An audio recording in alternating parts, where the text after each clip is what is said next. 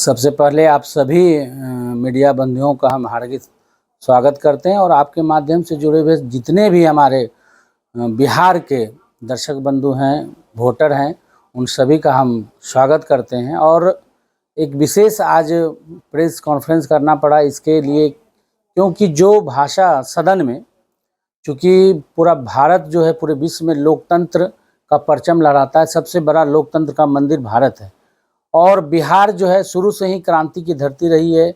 यहीं से जो है भारत की राजनीतिक तय होता है और बिहार के सदन में और उप मुख्यमंत्री के द्वारा, आदरणीय सम्राट चौधरी के द्वारा जो भाषाएं आरोपित की गई हैं हमारे अध्यक्ष, राष्ट्रीय अध्यक्ष लालू यादव के नाम पर, वो बिल्कुल निंदनीय ही नहीं, इतना घटिया और गिरापन नहीं होना चाहिए। राजनीतिक है और वैसे व्यक्ति जो उस सदन को सुशोभित किए हैं, मुख्यमंत्री रहे हैं, रेल मंत्री रहे हैं, बिहार और भारत के मानचित्र पर उनका नाम रहा है, पूरे वर्ल्ड में उनका नाम रहा है, वैसे बिहार के भूषण को, वैसे बिहार की विभूतियों के विषय में इस तरह का बयान कि तुम्हारा बाप अपराधी है, ये एक लगता नहीं कि वो सदन का मर्यादा है। हम आपके माध्यम से एक दर्शाना भी चाहेंगे कि जो बातें बोला, आज उनके पिताजी शकुनी चौधरी सांसद भी रहे हैं, विधायक भी रहे हैं, मंत्री भी रहे हैं और गूगल सर्च कीजिएगा, उन पे लगातार 9 केस हैं। जो भारतीय संहिता है केस का, उसमें उन पे आरोपित किया गया है, 9 केसों में उन्हें अभियुक्त बनाया गया है। तो क्या उनका पिताजी अपराधी नहीं हुए? ये भाषा जो उन्हें बोले, पहले अपने गिरेबान में झांकना चाहिए। और आदरणीय तेजस्वी जी ने पूरे सदन में एक चीज़ उठाया कि बिहार में लगातार पेपर लीक हो रहा है। पेपर लीक के विषय में उन्होंने बताया, लेकिन जो हमारे मुख्यमंत्री हैं, हमको लगता है उनको उप मुख्यमंत्री ने मूर्ख मंत्री कहिए, वो कहते हैं बिहार में पेपर लीक हुआ ही नहीं। जो कि डाटा है, सरकार के पास डाटा है कि 12 साल में 10 बार पेपर लीक हुआ है और 545 लोग जेल गए हैं। वो डाटा देखिए, चाहे वो नेट हो, नीट हो, यूजीसी हो, एसएससी हो, बीपीएससी हो, सभी परीक्षाओं में पेपर लीक हुआ है, जिसके कारण विद्यार्थियों का भविष्य अधर में लटका है और बड़े पैमाने पर इससे पहले भी आंदोलन हुआ है, परीक्षाएं रद्द हुई है। आखिर अगर पेपर लीक नहीं हुआ तो परीक्षाएं रद्द क्यों हुआ? 545 लोग क्यों गिरफ्तार हुए? ये सवाल उप मुख्यमंत्री से बनता है, मुख्यमंत्री से बनता है। ये जो वाहियात हरकत है सदन के अंदर, एक तानाशाह जो रवैया पूरे भारत में चल रहा है, जिस सरकार का जो मन होता है वो लाद देते हैं। हमारे प्रतिपक्ष के नेता ने कहा है कि पहले लोग वोटर मिलके सरकार चुनती थी, आज सरकार जो है वोटर चुन रही है। ये बदलाव बिहार को, भारत को गृह युद्ध के तरफ ले जाने का प्रयास किया जा रहा है। आप बताइए, ऐसे समय में वोटर निरीक्षण का काम, पुनरीक्षण का काम हो रहा है, जब अधिक से हमारे युवा, हमारे मजदूर, किसान भाई बाहर खट रहे हैं, अन्य राज्यों में खट रहे हैं, आखिर उनका जो है साइन और पेपर करके कौन जमा कर रहा है? ये एक सवाल है। अगर वो फर्जी साइन से आप उनका पेपर जमा कर रहे हैं, कल वो वोट गिराने आएंगे और जब मतदाता स्थल पर वो जाएंगे तो वहाँ पे उनका साइन मैच नहीं होगा, आप बोलिएगा कि आपका ये जो है फर्जी है, वो वोट से वंचित रह जाएंगे। तो इसकी जिम्मेदारी कौन लेगा? आखिर कौन है जो उसका साइन करके उसका पेपर जमा कर रहा है? कैसे आपको पता चल रहा है कि ये घुसपैठी है, जबकि आपका निर्वाचन आयोग ने हलफनामा में दायर किया है कि एक भी घुसपैठी के विषय में जिक्र नहीं किया है? ये लिखा है। लिखतम के आगे बकतम करने से कोई फायदा नहीं है। कुछ जो है बरबोलेपन, आप विजय सिन्हा का देख लें, वो कहते हैं साला गुंडा को हरा का है। लोकतंत्र में जो भी प्रत्याशी है, संविधान उसको अधिकार देता है चुनाव लड़ने का। अगर संविधान में ऐसा नियम है तो वो चुनाव लड़ रहा है। गुंडा और अपराधी कहने का आपको कोई अधिकार नहीं है। अगर सरकार ने नियम भी लगाया कि जो इस तरह का है, जो सजायाफ्ता है, वो चुनाव नहीं लड़ेंगे, जो चुनाव लड़ रहे हैं, इसका मतलब है सरकार मान रही है, देश मान रहा है, कानून मान रहा है कि वो हमारा लोकतंत्र में उनकी उपस्थिति तय है, वो एक बेदाग चेहरा है, तब न चुनाव लड़ रहे हैं। ये एक मापदंड जो चल रहा है अभी पूरे बिहार में, एनडीए की सरकार जो तानाशाह रवैया कर रही है, इसका हम लोग पुरजोर विरोध करते हैं। और ये निंदनीय कार्य जो सम्राट चौधरी जी ने किया है, इस पर जो हम पार्टी के तरफ से, पार्टी के बड़े नेताओं से भी कहते हैं कि इस पर कड़ी कार्रवाई करने की कोशिश करें। इन पे एफआईआर हो, मानहानि का एफआईआर हो और वो अपना माफी मांगे। आप पहले से ही सेट कर दीजिएगा कि चुनाव में क्या होना है।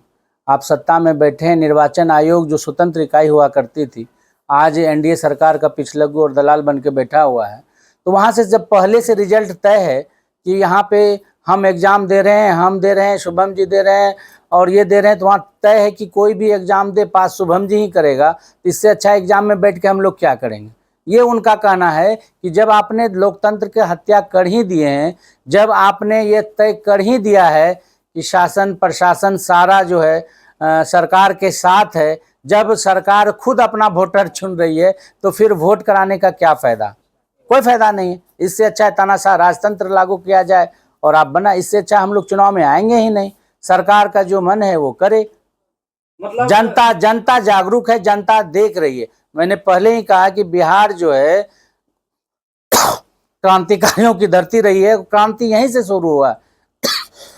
सर आप कहना चाह रहे हैं मतदान का जो पुनरीक्षण कार्य चल रहा है, क्या वह बिहार में सही नहीं हो रहा है? जनता को इससे फायदा नहीं होने वाला है? ये फायदा और नुकसान कौन तय करेगा? ये तय, इसकी जिम्मेदारी कौन लेगा कि जो लोग वोटर पुनरीक्षण में नाम काटे जाएंगे वो सही है या गलत है, इसकी जिम्मेदारी कौन लेगा? तो अगर वो फर्जी वोटर था तो आपने जो है प्रधानमंत्री पद की शपथ कैसे लिया? ये एक प्रश्न है ना कि अगर वो फर्जी वोटर, क्या वो फर्जी वोटर बस चुनाव से 1 महीना पहले बना है? जो फर्जी वोटर के आप घुसपैठियों का जांच आप बता रहे हैं कि बिहार में इस तरह की घुसपैठियां हैं, तो वो घुसपैठियां क्या चुनाव से 1 महीने पहले आ गया है या 20 साल से है? 20 साल से आप सत्ता में हैं, आपके सत्ता में अगर फर्जी वोटर बन रहा है, घुसपैठियां घुस रही है, तो ये जिम्मेदारी गृह मंत्रालय का है। गृह मंत्रालय चुनाव से पहले इस बात को क्यों नहीं उठाया, उसकी जांच क्यों नहीं किया? कैसे आधार कार्ड फर्जी बन जाता है, कैसे वोटर कार्ड फर्जी बन जाता है, कैसे उसके नाम से पीएम आवास आयुष्मान कार्ड बन जाता है? ये एक प्रश्न है ना। हम सरकार से प्रश्न कर रहे हैं कि आपने एक तुगलकी फरमान जो जारी किया, इसके लिए आम मतदाताओं को पहले जागरूक करना था कि आप जो है अपने कागजातों को अपने घर में समेट के रखिए। आपके पास जो आवश्यक कागजात हैं और आप जो है एक फॉर्म निकालिए, फॉर्म फिलअप, ऑनलाइन का ज़माना है। सभी लोग जैसे वृद्धा पेंशन, मृत्यु प्रमाण पत्र, जन्म प्रमाण पत्र के लिए लोग भरते हैं ना जी, कैसे भरते हैं? उसी प्रकार से आपने एक समय देता, समय सीमा के बाद जब एक मृत्यु प्रमाण पत्र, जन्म प्रमाण पत्र बनाने के लिए वृद्धा आपने 21 दिन का समय निर्धारण किया है, तो वोटर निरीक्षण कार्य मात्र 25 दिन में कैसे होगा? ये सवाल है ना। समय दीजिए, आप काम करिए। काम करने में कोई किसी को नहीं रखता है। सरकार का जो सरकारी कानून हमें कार्य करने का आदेश देती है, उस कार्य में हम लोग कभी बाधा नहीं बनेंगे। वो सरकार की जिम्मेदारी है, चाहे सरकार किसी का रहे। लेकिन वो जो समय है ना, समय सीमा आपको जो है तय करना पड़ता है कि चुनाव से 6 महीना पहले ये कार्य कराना चाहिए आपको, और उसके बाद लोगों को वोटर लिस्ट जारी करते, लोग फिर जानते किसका नाम छूटा है, किसका नाम नहीं छूटा है। लोग अपनी दावा पेश करता, आपने तो दावा पेश करने का समय तक नहीं दे रहे हैं। आप कैसा है? ये तो तुगलकी फरमान है ना। ये एक आप एक तरफ से न्यूज में बराबर चला देता है जो मोदी का गोदी मीडिया है कि 81 लाख वोटरों की संख्या घट जाएगी, कोई कह रहा है 50 लाख घट जाएगा, और यहाँ से रिपोर्ट जाता है कि 90% लोगों का वोटर निरीक्षण हो गया है। हमको पता ही नहीं चलता है कि कौन वोटर निरीक्षण कर रहा है, कौन पेपर जमा कर रहा है। 4 करोड़ लोग जो बाहर में हैं, उनका वोटर पेपर कौन जमा कर रहा है निरीक्षण वाला? एक सवाल बनता है। और हमें लगता है कि ये सारा सरकार जो है एक तंत्र जो है सत्ता के लालच में आकर लोकतंत्र की हत्या कर रही है। नीतीश कुमार जी आ रहे हैं बराड़ी विधानसभा में, किस तरह से देख रहे हैं इस पूरे मामले को? सर, नीतीश कुमार जो है बराड़ी विधानसभा क्षेत्र के सम्मिलित मुख्यालय आ रहे हैं। वहां पे शहीद रत्न अनुपलाल मंडल जी की प्रतिमा का अनावरण करने के लिए 26 को प्रोग्राम था, लेकिन उनके जो विधायक हैं विजय सिंह निषाद, उन्होंने कहा कार्यक्रम की व्यस्तता को देखते हुए 28 जुलाई को तिथि तय हुई। इसको लेकर क्या मूर्ति अनावरण को लेकर आप कुछ कहिएगा? हमारी जनता को थोड़ा बता दीजिए इससे। हम आदरणीय मुख्यमंत्री जी का स्वागत करते हैं, और साहित्यकार अनुपलाल जी हमारे इस इलाके का एक हम लोग गर्वान्वित महसूस करते हैं कि ऐसे व्यक्तियों का जो अनावरण हो रहा है। लेकिन हमारा मांग था कि यहाँ के जो विधायक जी हैं चूँकि बरारी विधानसभा का जो मुख्य द्वार है ये कुर्सेला है, इसको हम लोग कटिहार का मुकुट कहते हैं, और कुर्सेला से ही बॉर्डर से ही यहाँ से जो है बरारी विधानसभा का शुरुआत होता है। और आपको आपके माध्यम से आप सभी पत्रकार बंधु हैं कि कुर्सेला के 5 विभूति जो स्वतंत्रता सेनानी हैं, आज़ादी के 1942 में भारत छोड़ो आंदोलन में उन्होंने अपनी शहादत दिया। अब हम जैसे लोगों के लिए, हम अपने बच्चों के लिए जो कि भारत आज़ाद भारत में सांस ले सके, उन्होंने अपनी कुर्बानी दी जान की कीमत लगाकर। लेकिन आज वो जो है इस से अपने आप को वंचित पा रहे हैं कि जो 1942 में हमने शहीदों अपने बच्चों के लिए कुर्बानी दिया था, आज उनके तरफ देखने वाला कोई नहीं है, वो भी अति पिछड़ा है। उनका शहीद स्मारक यहाँ पे बनाया गया था। आपके माध्यम से हम चाहेंगे कि आदरणीय हमारे मुख्यमंत्री महोदय का ये 5 शहीद जो हैं हमारे परिक्षेत्र के हैं, हम इन पे गौरवान्वित महसूस करते हैं। कम से कम कुर्सेला आकर के इन शहीदों के स्मारक पर पुष्पांजलि अर्पित करने का काम करे, जिससे इन्हें भी सम्मान मिले, इनका भी बाल बच्चों का मान मर्यादा और परिक्षेत्र की जनता का शान शौकत बढ़े। बस हम यही कहते हैं, इस पे किसी प्रकार की राजनीतिक ना करें, क्योंकि यह शहीद स्मारक जो सभी का है, इसका भी मान सम्मान इन शहीदों को भी मिलना चाहिए। हम नीतीश कुमार जी आदरणीय मुख्यमंत्री से यही आग्रह करते हैं, माननीय विधायक जी से भी आग्रह करते हैं और सांसद जी से आग्रह करते हैं, और इस कार्यक्रम के जो भी आयोजक हैं उनसे भी हम ये आग्रह करते हैं कि कम से कम आदरणीय मुख्यमंत्री महोदय को जो है कुर्सेला चौक पर, शहीद चौक पर लाकर शहीद के सम्मान के लिए पुष्पांजलि अर्पित कराने का कार्य करें। मुख्यमंत्री जी की तैयारियां जो है जोर शोर से हो रही है, इसको लेकर आप क्या कुछ कहिएगा? ये अच्छी बात है, हमारे मुख्यमंत्री आ रहे हैं, अतिथि हैं, पूरे बिहार के राजा हैं। अगर वो आ रहे हैं तो उनके लिए जो जोर शोर से काम हो रहा है, क्योंकि अभी बाढ़ के समय है और जब हम जनता डूबती है तो इतना नहीं हो पाता है इंतजाम जो हो रहा है। फिर भी उनका स्वागत है और तहे दिल से सभी लोग, सभी ग्रामीण हम लोग उत्साहित हैं कि आदरणीय मुख्यमंत्री जी आएँ और अनूप लाल जी का जो प्रतिमा आवरण पर जो उनका है शुभारंभ करें। कुछ मांगे भी हैं? चुनाव जब नजदीक आता है तो उसके बाद जो एक सरकार घोषणा करती है बिजली फ्री या कुछ भी, चुनाव से पहले क्यों नहीं? ये तो चुनावी लाभ है, ये तो शुरू से चलता आ रहा है। जो सत्ता में बैठे लोग होते हैं उनका ये मानना रहता है कि चुनावी घोषणाएं करके जो है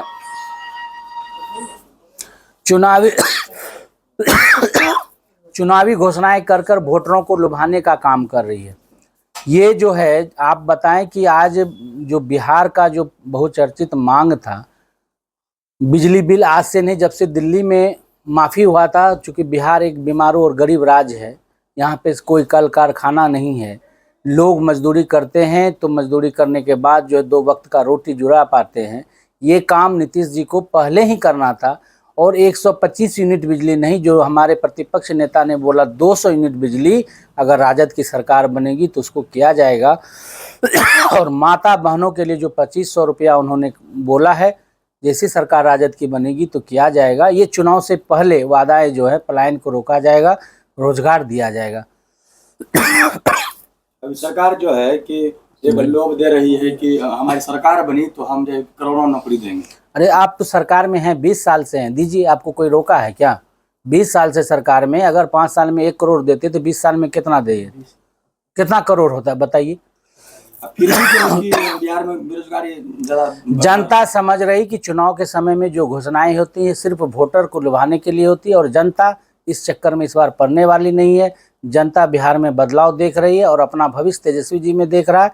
अगला सीएम तेजस्वी ही होगा, ये जनता ने मान लिया है। तो बार बार मुख्यमंत्री जी विधानसभा से क्यों कहते हैं जो बिहार है आप नहीं देखें तेजस्वी यादव को, बैठो तुम अपने बाप से पूछो जाके। मुख्यमंत्री जी कहते हैं तेजस्वी यादव जी को कि अपने बाप से पूछो, पहले वाला बिहार, जब हम आए हैं बिहार तो बिहार को हम जो है सुधार दिए। अच्छा ठीक है, हाँ, हम मुख्यमंत्री जी का ये भी बात मानते हैं, हम लोग भी वो बिहार नहीं देखे हैं, लेकिन मुख्यमंत्री जी से पूछिए जो उनके पिताजी के जब बिहार था वो बिहार वो देखे थे, वो बिहार कैसा बिहार था? उस समय भी सीएम रहा होगा, उस समय भी आज़ादी के बाद जो सीएम और पीएम बने उस समय भी तो बिहार का पीएम रहा होगा। 1990 से पहले 1947 में भारत आज़ाद हुआ है, 1990 से पहले क्या बिहार राजतंत्र था? यहाँ पे कोई सीएम पैदा नहीं लिया था। लालू के बाद ही यहाँ पर सीएम बनना चालू हुआ। उससे पहले जो सीएम था उन्होंने बिहार के लिए क्या किया था? वो कौन थे? नीतीश जी के पिताजी ने बिहार के लिए क्या किया था? उनसे पूछिए। हम अपने पिताजी के कार्यकाल को नहीं देखा, इसमें हमारी गलती नहीं है। आप जब से बने हैं, मैंने पहले भी बोला कि जो बिहार 1990 का बिहार था, जहाँ पर लोग जो है बड़े सामंतवादियों के घर के आगे चप्पल पहनकर नहीं चल पाता था, लोगों के पास एक जोड़ी बैल नहीं होता था, लोगों के पास साइकिल नहीं होता था, एक साइकिल के लिए वर्षों मेहनत करना पड़ता था, तब एक साइकिल और रेडियो घड़ी होता था लोगों के पास। वो बिहार जहाँ सड़कें नहीं थी, कुछ नहीं था, 1990 नदियों का अंबार लगा हुआ था, पानी दिन दोपहर घर आ जा रहा था। लालू आए और लालू ने एक चीज़ किया कि जो गरीब गुरबा अति पिछड़ा समाज, वंचित समाज जो भय के माहौल में जी रहा था, जो छुआछूत के चलते अपने आप को, मानवीय मूल्यों को भूला जा रहा था, उन्होंने वो ताकत दिया सीने में कि आज आप गरीब गुरबा समाज, वंचित समाज, दलित महादलित किसी भी सामंतवादी के छाते पर चढ़ कर बैठने का काम कर रहा है, कुर्सी पर उनको सम्मान मिल रहा है। ये लालू जी का देन है, ये नीतीश का देन नहीं है। बस अगर हम वो जंगल राज है तो वही जंगल राज चाहिए। जिस जंगल राज में गरीब गुरबा का सम्मान होता था, वही जंगल राज हम लोगों को चाहिए। ये अपराध में का जो लिप्त अभी बिहार है, गुंडा राज, नीतीश का, ये हम लोगों को नहीं चाहिए। बिहार शुरू से ही सांस्कृतिक कला और धरोहरों से जो है संपन्न है। अभी वर्तमान परिवेश में जब अनूप लाल जी की प्रतिमा के अनावरण की बात हो रही है, तो हमारे कुर्सेला में एक अंगिका के रत्न कहे जाने वाले भगवान प्रलय जी के भी जो है यादों को जो है समेटने के कार्य को लेकर लगातार चर्चाएं सोशल मीडिया पर हो रही है, और उन मांग की जा रही है कि इस तरह का भी उनको भी सम्मान मिलना चाहिए। जो कोई भी प्रतिष्ठा है, कहीं हो सकता है कि उन तस्वीरों पर धूल जमती जा रही है। तो क्या कहना चाहेंगे, क्या आने वाले समय में इस तरह की चीजें अपने कुर्सेला परिक्षेत्र में भी हो सकती है? देखिए, एक है कि जब हम अपने पूर्वजों का, अपने पूर्वज का हम लोग सम्मान करते हैं, साहित्य का, विद्वान का सम्मान होता है, तो हमारा समाज जो है विकास की ओर अग्रसर होता है, नई चेतना जागता है। लेकिन वोट बैंक के लिए अगर ये कार्य होता है तो ये निंदनीय है। हमारे जो भगवान प्रलय जी अंगिका के कवि हैं, हमें पता है कि वो राज्यपाल द्वारा भी पुरस्कृत हैं, राष्ट्रपति द्वारा पुरस्कृत, और कई, जब हम लोग ट्यूशन पढ़ाते थे, स्कूल में थे 2099 से लेकर, तो कई प्रोग्राम में उनसे हमको शिरकत करने का काम हुआ। कंगना रसे रसे झुनुर झुनुर बोले जैसे बहुत लोकगीत उन्होंने अंगिका में गाया, और इस परिक्षेत्र का वो एक अंगिका में, वो एक साहित्य में उनका एक अलग नाम है। और हम चाहेंगे कि प्रखंड जो प्रमुख है, प्रखंड के जो पदाधिकारी हैं, उनसे भी हमारी बात होगी। अगर वो लोग इसमें हमारा साथ देंगे तो उनकी भी प्रतिमा का अनावरण कुर्सेला में किया जाएगा। नहीं तो नगर पंचायत के द्वारा उनका जो है प्रतिमा का अनावरण करने का हम लोग ने सशक्त समिति में लिया है, हम लोग उस पर कार्य को अग्रसित करेंगे।